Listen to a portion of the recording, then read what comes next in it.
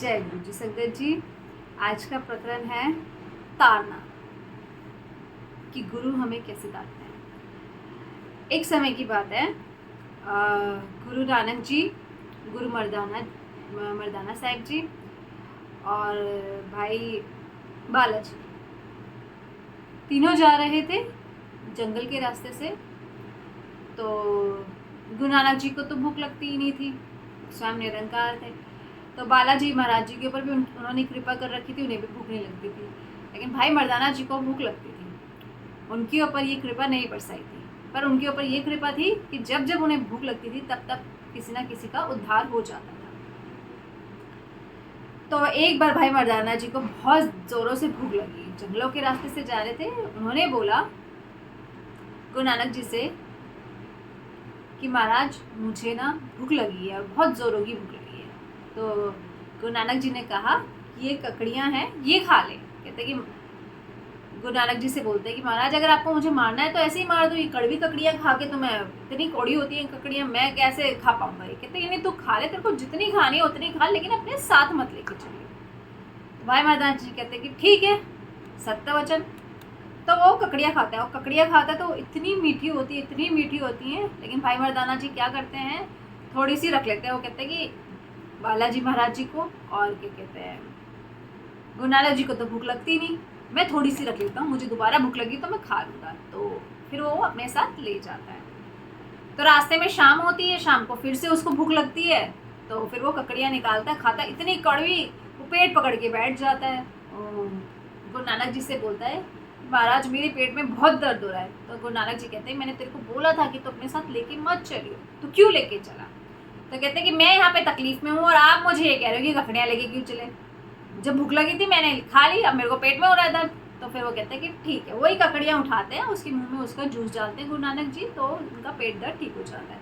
तो भाई मर्दाना जी कहते हैं कि मैं अब आपके साथ नहीं रह सकता, इतने इतने दिनों तक हम भूखे रहते हैं, हफ्ता हफ्ता भर निकल जाता है और 3 दिन तो कहीं नहीं गए, 3 दिन तो हम भूखे रहते हैं, कभी कभार हफ्ता भी निकल जाता है। तो कहते हैं कि मैं नहीं रहता। तो भाई बालाजी कहते हैं कि भी क्या कह रहे हैं मर्दाना, तो रुक जा। कहते हैं कि नहीं अब मैं नहीं रुकूंगा आपके साथ। तो चला जाता है। तो गुरु नानक जी कहते हैं जैसे तेरी इच्छा, चला जाता है। जा रहा है तो गुरु नानक जी और भाई बाला सिंह जी वहीं पे बैठ जाते हैं पेड़ के नीचे, अपना ध्यान मगन होते हैं। तो वो चलते चलते चलते चलते चला जाता है। सुबह हो जाती है तो नानक जी कहते हैं भाई बाला सिंह जी को कि बालिया मर्दाने को ना राक्षस खाने वाला है। तो बालाजी कहते हैं कि कोई बात नहीं नानक जी, खाने दो, वैसे भी कौन सा वो हमारा कहना मानता था, अपनी ही चलाता था हमेशा, जाने दो। कहते कि नहीं बालिया, ये हमारा कीर्तन ही है, ये हमें कीर्तन का भोजन कराता है, मैं इसको नहीं छोड़ सकता। तो भाई बाला सिंह जी ये साखी बता रहे थे, गुरु नानक जी का जीवन बता रहे थे और कहते हैं कि पलक झपने में हमारे जितना समय लगता है ना, उससे भी कम समय में गुरु नानक जी और बालाजी वहाँ पे पहुँच गए। वो राक्षस का नाम आया इतिहास में कोढ़ा राक्षस। कोढ़ा राक्षस उसको भाई मर्दाना जी को कढ़ाई में डालने ही वाला था। उन्होंने देखा, नानक जी को देखा, उन्होंने देखा और पूछा कि आप कौन। तो नानक जी ने जरा सी तिरछी निगाहों से उस आग को देखी, आग शांत हो गई, कढ़ाई का तेल ठंडा हो गया। तो वो राक्षस कहता है कि आप कौन। उन्होंने भाई मर्दाना जी को नीचे रखा और बोला कि आप कौन। तो कहते हैं नानक जी कहते हैं कोड़िया पहचाना नहीं। इतना ही कहते हैं कि वो राक्षस उनके चरणों में गिर जाता है। वो राक्षस कौन होता है, वो राक्षस राजा जनक के टाइम का रसोइया होता है। राजा जनक जिनकी बहुत सारी कमाई थी, उन्होंने अपने एक वक्त का जो जाप करते हैं ना, एक वक्त के जाप में पूरा नर्क खाली करा लिया। नर्क में जितने लोग यातनाएं भोग रहे थे उन सब को खाली करा लिया था एक वक्त के जाप पे। उनकी इतनी कमाई थी, बड़े से बड़े संत आके उनके नतमस्तक होते थे, वो इतने बड़े कमाई वाले थे, उनके मुख से निकला हुआ हर शब्द सच हो जाता था। तो उस समय का रसोइया था ये कोढ़ा राक्षस। वो क्या करता था, जब भी भोजन बनाता था उसको चख कर देखता था, भोजन बनाने के बाद चख कर देखता है। तो राजा उसको मना करता था कि ना तू चख के मत देखा कर, यहाँ पे संत महात्मा होते हैं, उनको भी भोजन कराना होता है, तू चख के मत देखा कर। एक समय की बात है, बहुत बड़े संत वहाँ पर आ रहे थे। तो राजा जनक ने उसको बोला अपने रसोइयों को कि तू आज भोजन बना रहा है, चख के मत देखियो।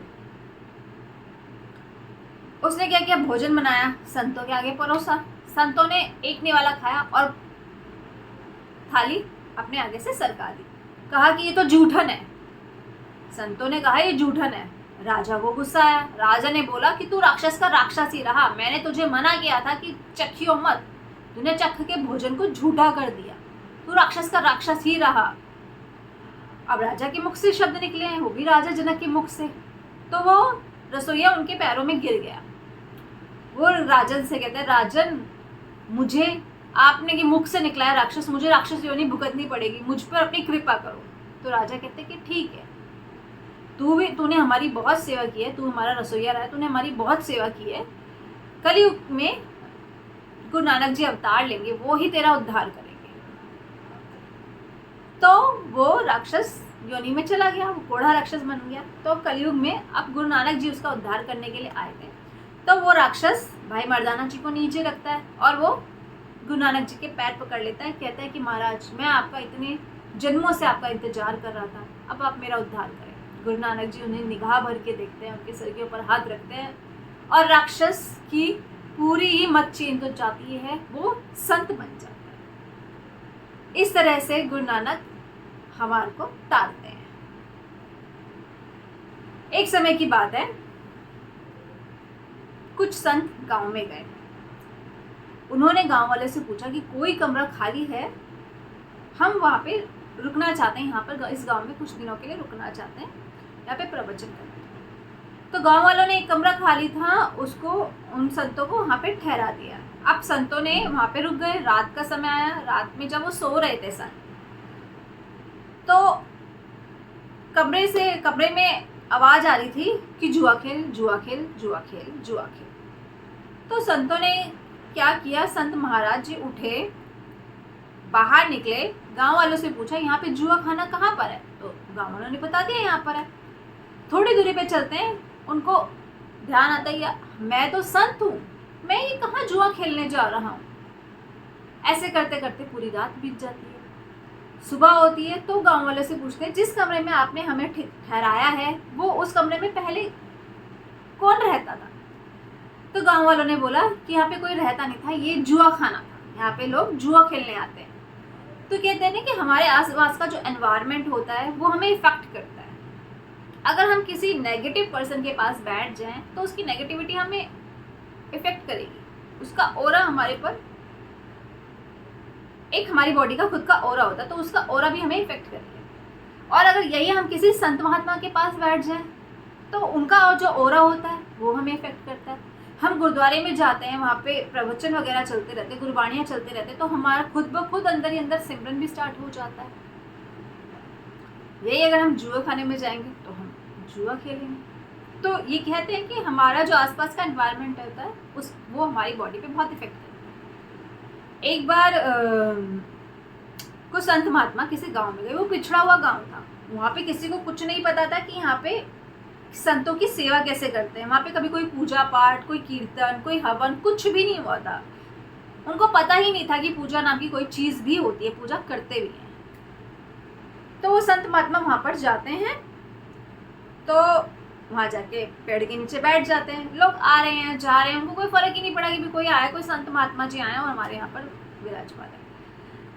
एक पति पत्नी आते हैं दूर से, तो संत महात्मा के लिए भोजन लेके आते हैं। तो उनको भोजन कराते हैं। तो कहते हैं, महात्मा जी हमारी इच्छा है कि आप ये भोजन करिए, आप कितने टाइम से भूखे बैठे हुए, आप ये भोजन करिए। वो भोजन करते हैं। अगले दिन फिर वो लाते हैं उनके लिए भोजन, तो वो संत महात्मा जी तब भी भोजन कर लेते हैं। फिर अगले दिन वो कहते हैं कि ना, मतलब वो डेली भोजन लग जाते। तो संत महात्मा कहते हैं कि मैं ना कल ना तुम्हारे घर आके भोजन करूँगा, कल तुम्हारे घर आके भोजन करूँगा। तो संत महात्मा जी, तो वो पति पत्नी कहते हैं कि ठीक है महाराज, कल आप हमारे घर आ जाना। तो संत महात्मा जी, अगला दिन होता है,